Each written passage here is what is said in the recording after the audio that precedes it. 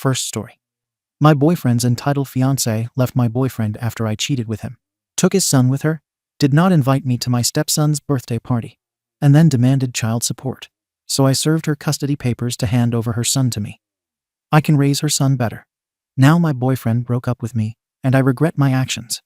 So this might be long, but I honestly need an outside perspective, because I'm starting to feel like I'm losing my mind. I 30F have been dating my boyfriend Ryan 30M for about 3 years now. But our history actually goes way back. We were high school sweethearts. We lost touch during college, reconnected years later through social media, and eventually became close again. The thing is, when we reconnected, Ryan was still living with his then fiancée, Tara 29F, who was pregnant at the time. Now, I want to be upfront. When we started talking again, it wasn't romantic. Ryan was clearly going through a lot. He was overwhelmed, stuck in a relationship that seemed like it was only being held together because of the baby. He told me they fought constantly, mostly about trust, money, and his so-called emotional distance. I didn't insert myself into their drama. I was just being there for him as a friend. That was it. But Tara didn't see it that way. She started showing up at places Ryan and I would meet up at. This wasn't like date nights. This was coffee, sometimes lunch, sometimes us running into each other in public. More than once, she walked up and confronted me. One time, I was literally at a mutual friend's BBQ. Ryan showed up alone, and she cornered me in the backyard, demanding to know if I was sleeping with her fiancé. I told her no, that I had no part in their personal stuff, and that Ryan and I were just friends. But she wasn't having it. That woman has had a vendetta against me ever since. They broke up when she was about 7 months postpartum, and I don't know all the ins and outs. But I do know she took the baby and just disappeared, deleted social media, blocked his number, stopped replying to his family, everything. This was peak COVID too, so it's not like it was easy to find her or legally move things along. Ryan went months without knowing where his own son was. That whole time, I was the one holding him together. We got closer. We lent on each other. Eventually, we realized our feelings weren't just friendship anymore and started dating. It happened gradually and naturally, and after everything he'd been through, it felt like he deserved something stable for once. When Ryan finally did get to see his son again, it was supervised visits at a state-run center. Imagine not seeing your own kid for nearly a year. And when you do, it's with a stranger in the room, watching your every move like you're some kind of criminal. It broke him. Meanwhile, Tara didn't want to speak to Ryan directly about anything. All communication had to go through either her lawyer or her sister.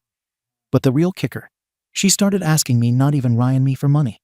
Out of nowhere. Can you help with formula? Your boyfriend should pay half for this daycare. Girl, what? So yeah, I stepped in. I told her that if she couldn't afford to care for the child full time, Ryan and I would be more than willing to take him. We weren't playing games. If she wanted full custody, she had to be financially responsible. If she couldn't do that, then give us a shot at raising him properly. After a few tense back and forths, Tara requested to meet me in person. She said she wasn't comfortable with her son being around someone she'd never had a conversation with. I agreed to meet. I figured this could be an opportunity to finally squash the tension. We met at a neutral place, some outdoor cafe. She was cold but civil, and I kept it polite. I said I wasn't trying to take her place, that I understood she was protective as a mom, but that I wasn't going anywhere, and I cared about Ryan and his son. She barely made eye contact, mumbled something about boundaries, and left.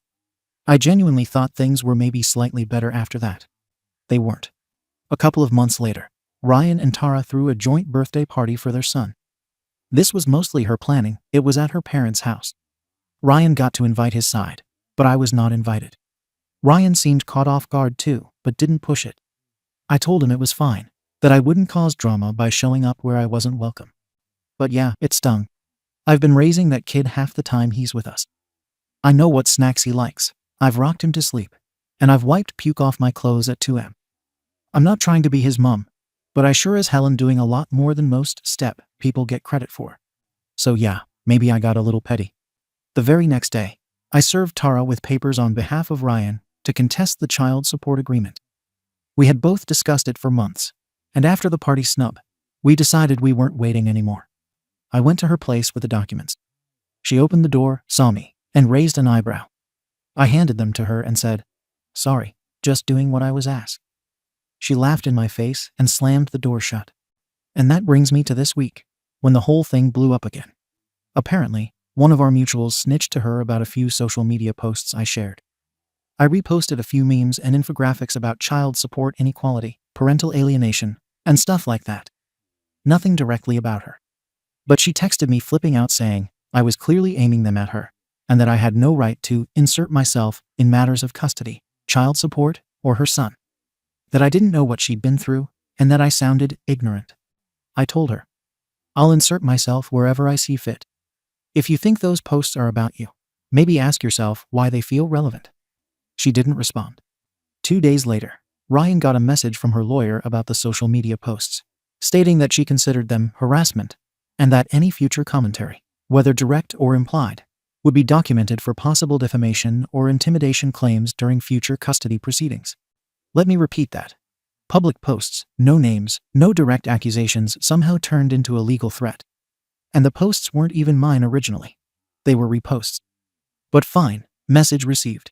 She doesn't want me commenting on her behavior, even if it's indirectly. Ryan told her to back off. That if she wanted to keep things professional and legal, fine, but I wasn't some stranger on the sidelines. I live with him. I help raise his son. I deal with all the behind-the-scenes stuff when she goes radio silent or drops the kid off last minute without enough clothes or diapers. Her response: you chose her. You deal with the consequences. So now I'm the punishment. Got it. And here's the part no one really talks about in these situations. Being the girlfriend of the dad doesn't come with any recognition, but all the responsibility. I have no rights, no say, but I'm still expected to pick up the slack. Ryan can't make all the appointments guess who takes off work.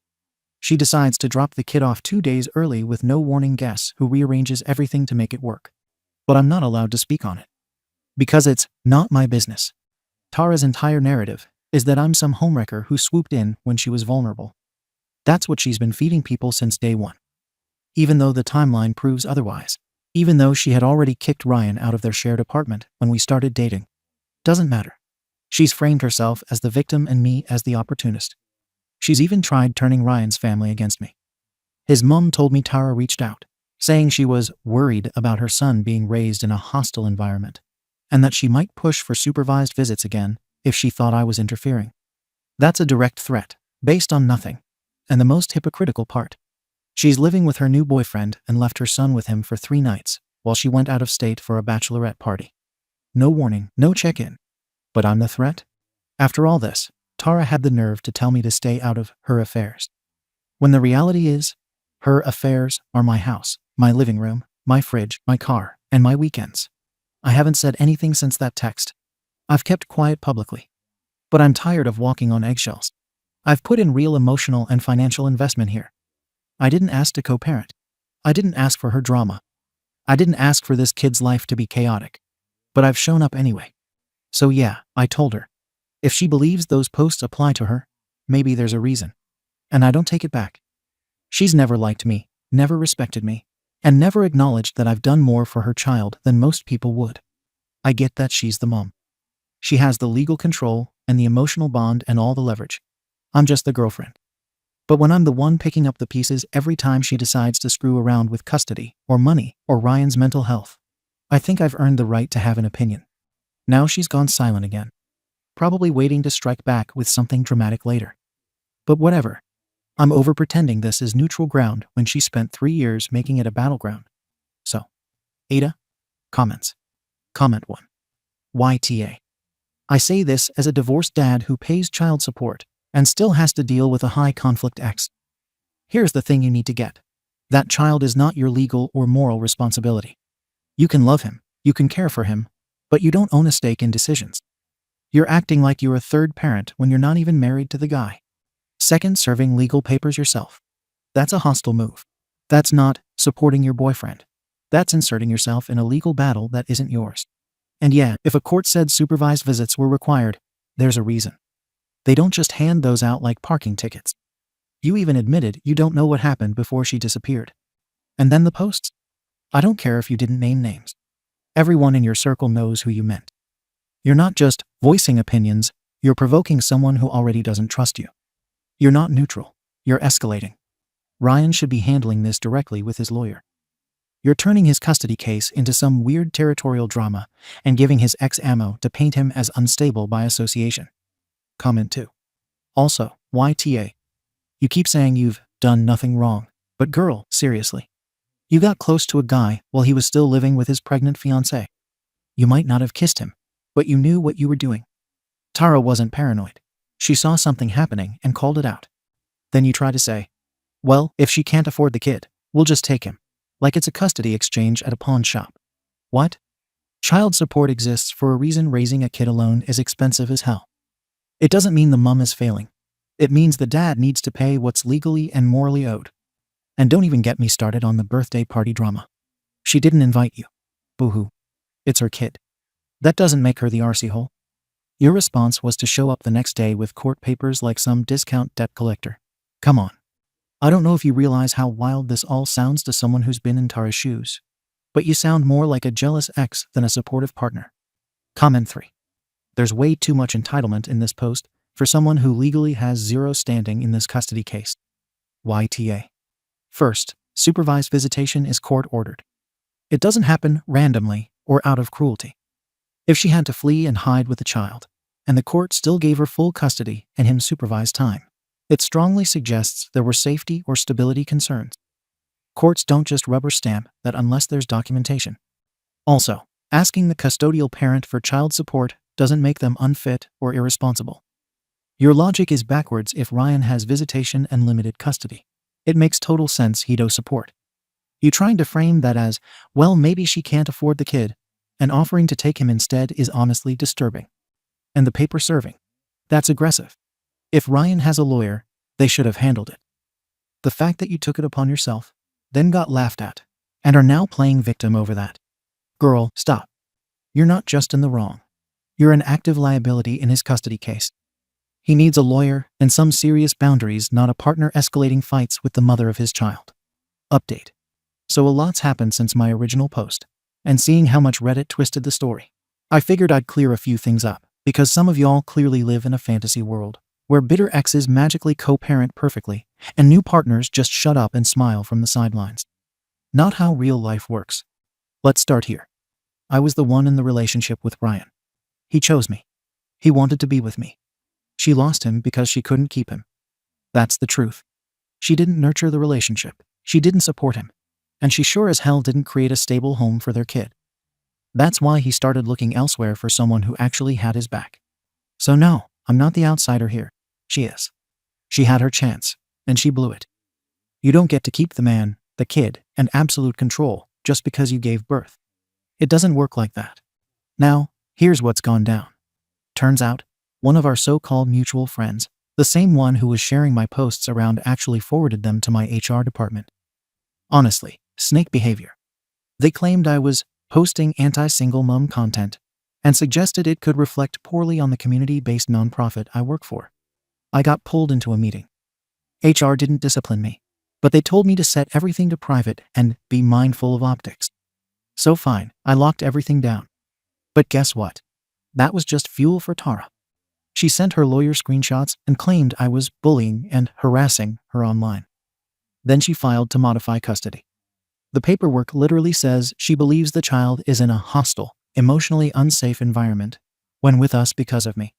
She's trying to push for restricted visitation again. After everything Ryan went through to get his time back. After she disappeared for months and made him visit his own kid under supervision like a damn criminal. She's doing it again because I reposted a few graphics and because I dared to say out loud what everyone else whispers. She uses that child to hurt Ryan, not raise him. Meanwhile, this woman still can't manage basic parenting. Their son shows up at our place with worn-out shoes and a plastic bag of stuff that's usually missing something: no toothbrush, no meds, no change of clothes. One time he came with an ear infection that had been ignored. But I'm the threat. And now Ryan's lawyer is telling him I need to take a step back. That my involvement complicates the optics, and that I should avoid being in communication with Tara at all. Like I'm supposed to pretend this kid doesn't live in my house half the week. Like I don't know his routine better than either of them, because I'm the one actually doing the day-to-day SHT, while they play tug of war over court filings and money. Ryan repeated it to me like it was gospel. It's better for the case if you just stay out of it. So I said, maybe it's time you act like the father, instead of Tara's emotional hostage. He didn't like that. But here's what he knows and just won't say. His ex can't provide SHT. She's still bouncing between low-end jobs, dumping the kid on her mum when she's overwhelmed, and crying broke every time support gets brought up. She's not stable. She's not consistent. And every time things don't go her way, she starts another round of punishment using the child as a chess piece. And before anyone starts foaming at the mouth about support, yes, Ryan pays it. Yes, on time. Yes, it's been calculated by the court. But apparently, it's never enough, because now she's asking for back pay and legal fees from this new motion. She's saying the original order didn't cover all expenses, and that he owes more because of my interference. It's laughable. We were trying to reduce the amount when we served her based on how much time Ryan actually spends with his son. Now not only did we lose that motion, but the court sided with her and left the payments as is, and her lawyer is pushing for him to cover some of her court costs too.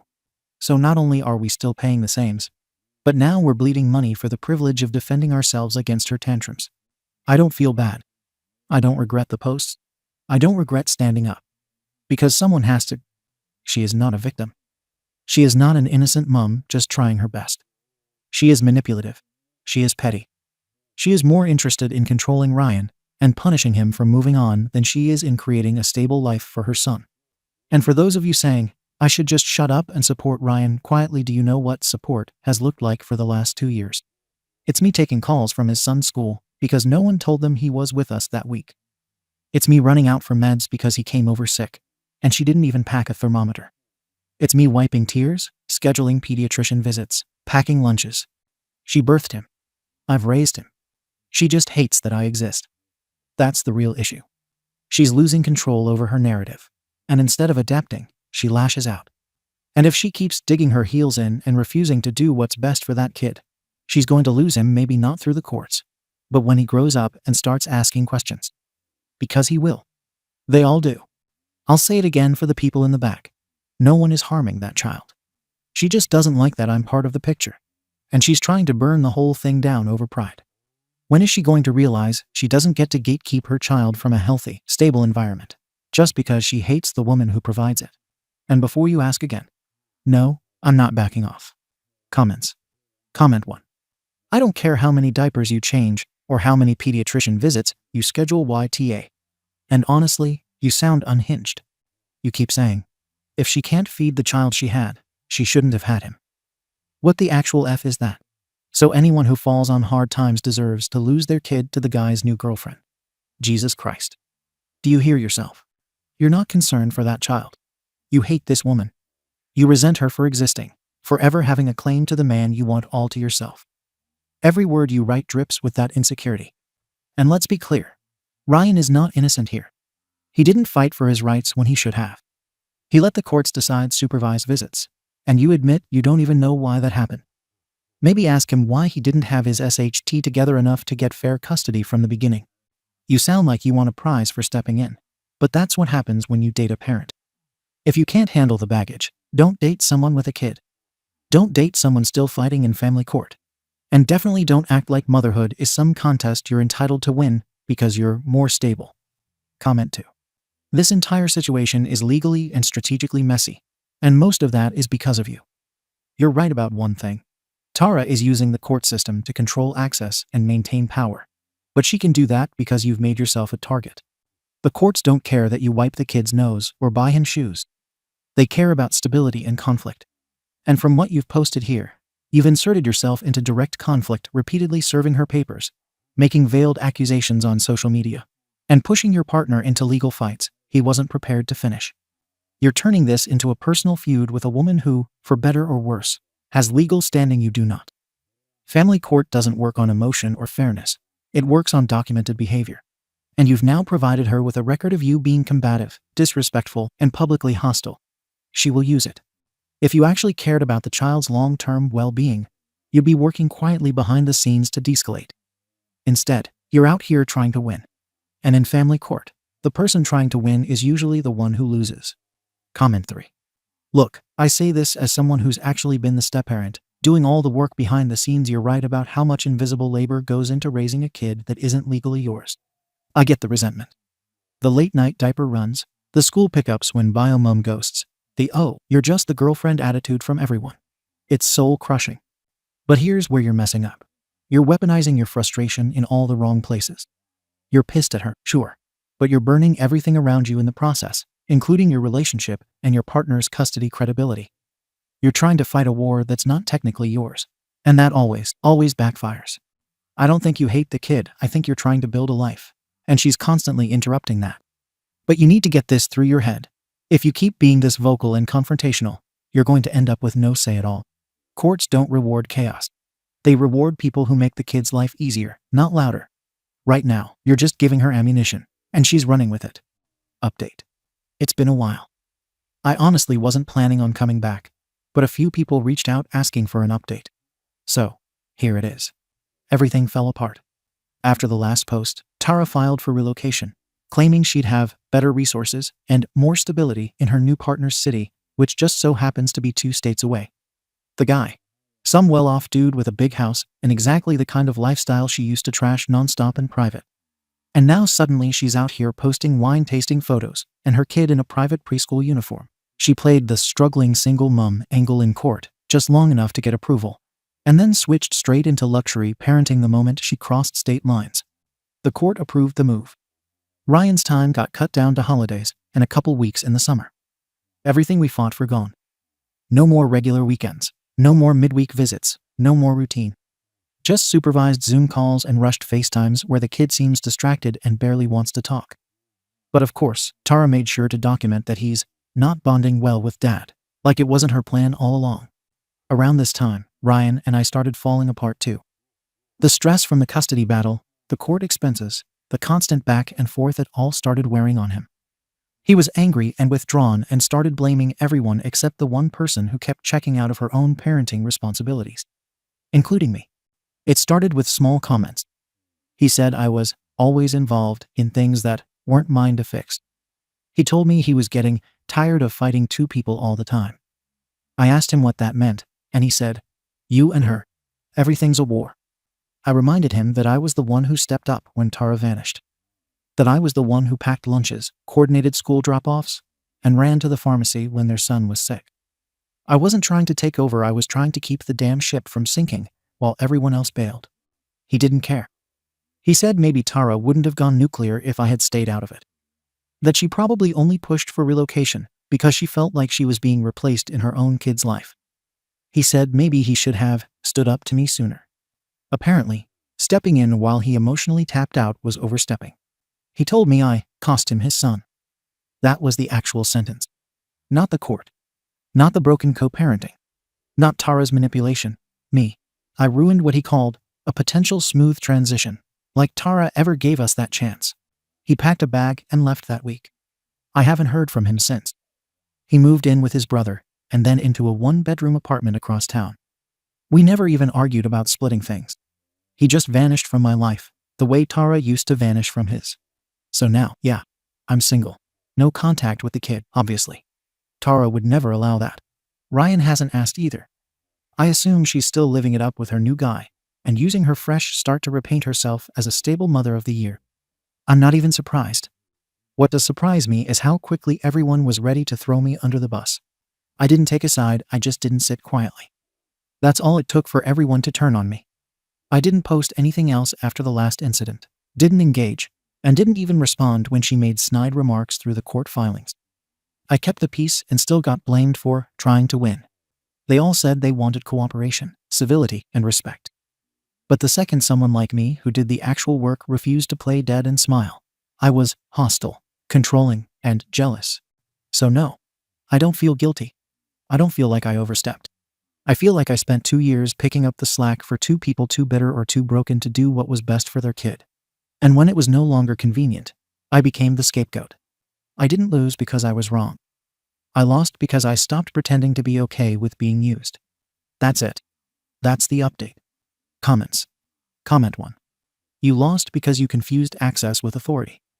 You were in a high-conflict custody situation, and instead of staying in a support role, you tried to play co-parent without any legal standing. That never works. Courts don't reward emotional investment. They reward structure, consistency, and restraint. You documented yourself publicly being combative, then acted surprised when it got turned around on you. That was naive, if not reckless. Tara weaponized the system, sure. but you gave her the ammo. Every time you stepped into a situation that legally wasn't yours, you gave her one more thing to point to and say, "See, she's interfering." And Ryan, well, he used you as a shield and then blamed you when the arrows hit. It's not about who did more parenting. It's about who has the authority to do it. And the answer was never you. That's why this collapsed. Comment 2. Jesus. This is exactly what happens when people pretend co-parenting is a clean split of logic and legal orders. It's not. It's emotional warfare wrapped in custody papers. And honestly, OP, you walked into a battlefield thinking you were going to install peace. You weren't the arsehole, but you sure as hell weren't neutral either. You clearly hated her, and instead of keeping that private, you made it the undercurrent of every decision, every post, every moment you inserted yourself.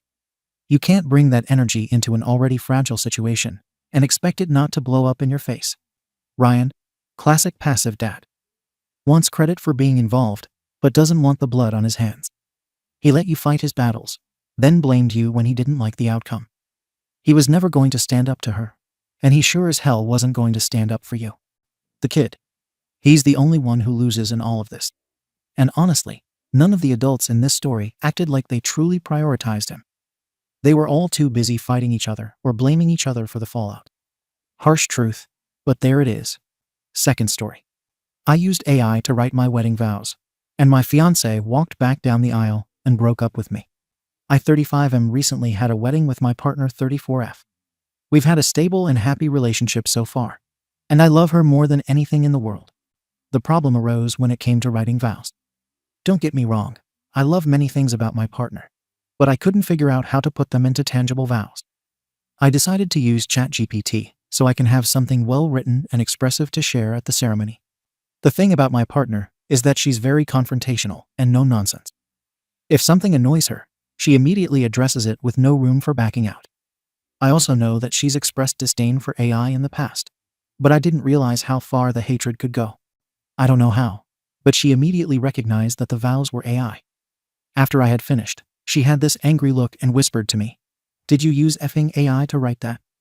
I was quiet because I couldn't believe she had noticed that, and she was choosing to address it while we were on full display for everyone. She then said that I either speak from the heart or she walks out.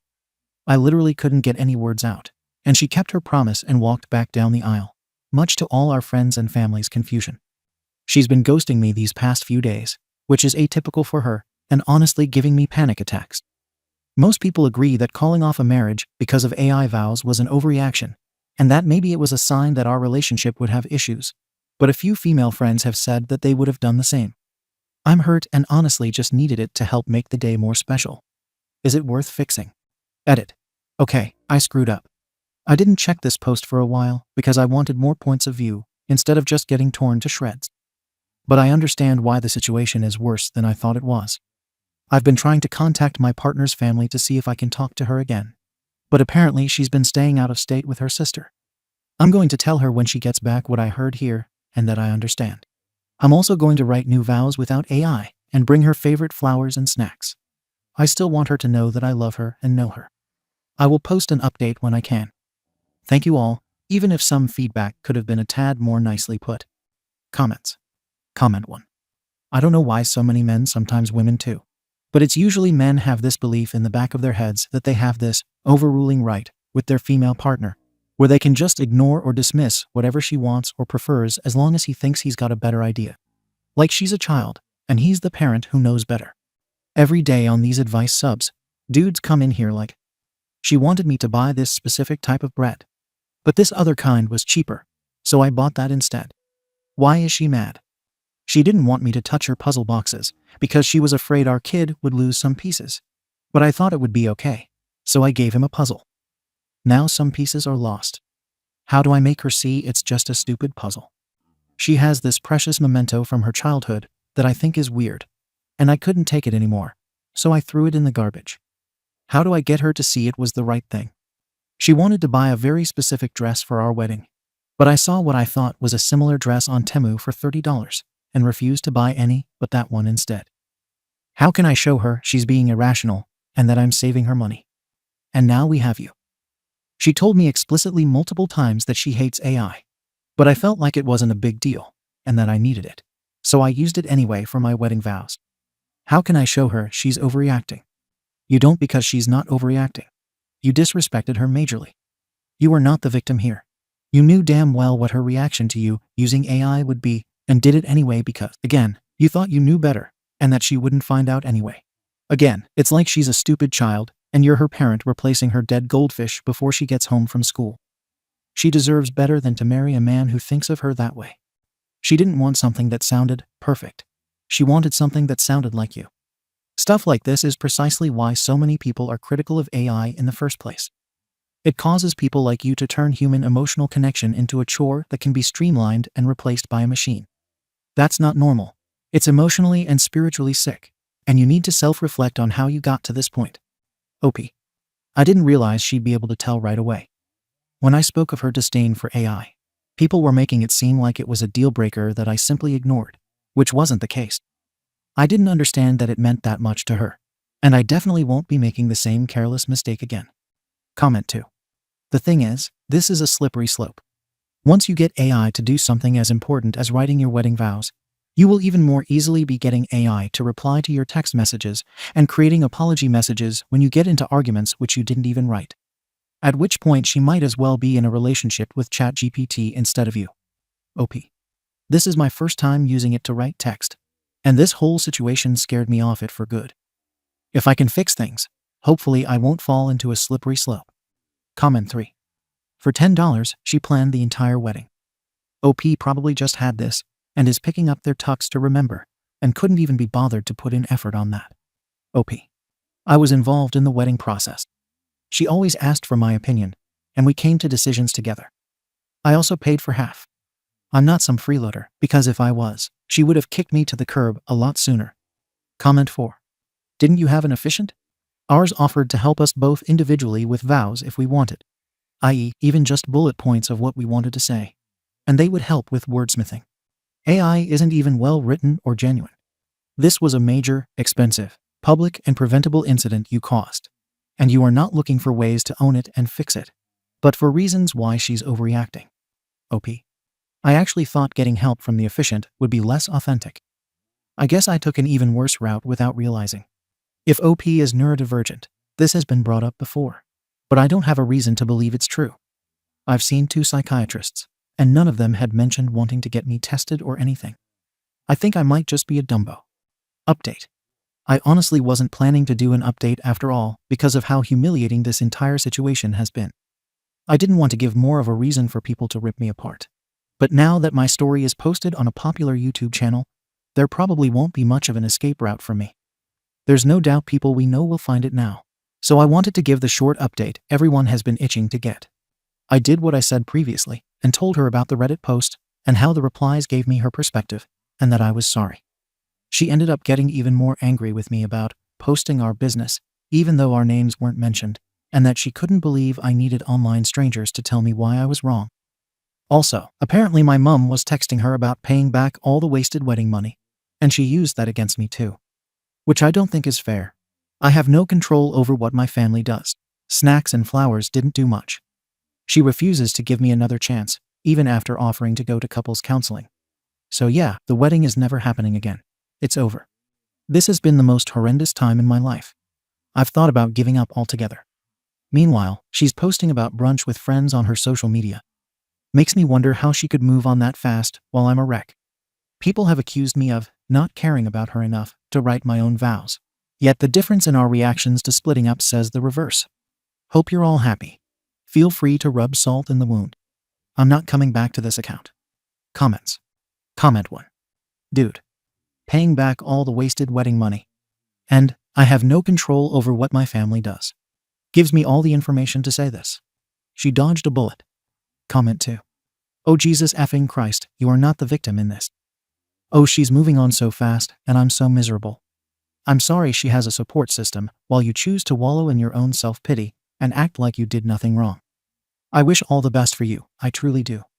But turning this around on her because she has the gall to check notes have lunch with friends doesn't make her the villain you think she is. Also, hope you're all happy. Dude, you asked Reddit for their opinion, and they gave it to you. Grow the F up. Comment 3.